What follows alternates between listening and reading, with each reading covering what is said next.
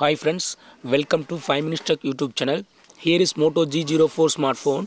In this video, you will learn how to turn off accessibility menu shortcut in your phone Moto G04. You are seeing accessibility menu shortcut here. By tapping on it, you will have several functions. If you would like to turn off or remove this shortcut from the home screen or from your screen, just you can first go to settings, then go to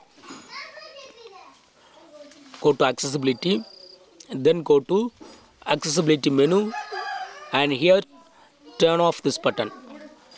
Now accessibility menu shortcut has been removed from your phone. Okay, so in this way you can easily turn off or remove accessibility menu shortcut from the screen of your phone Moto G04.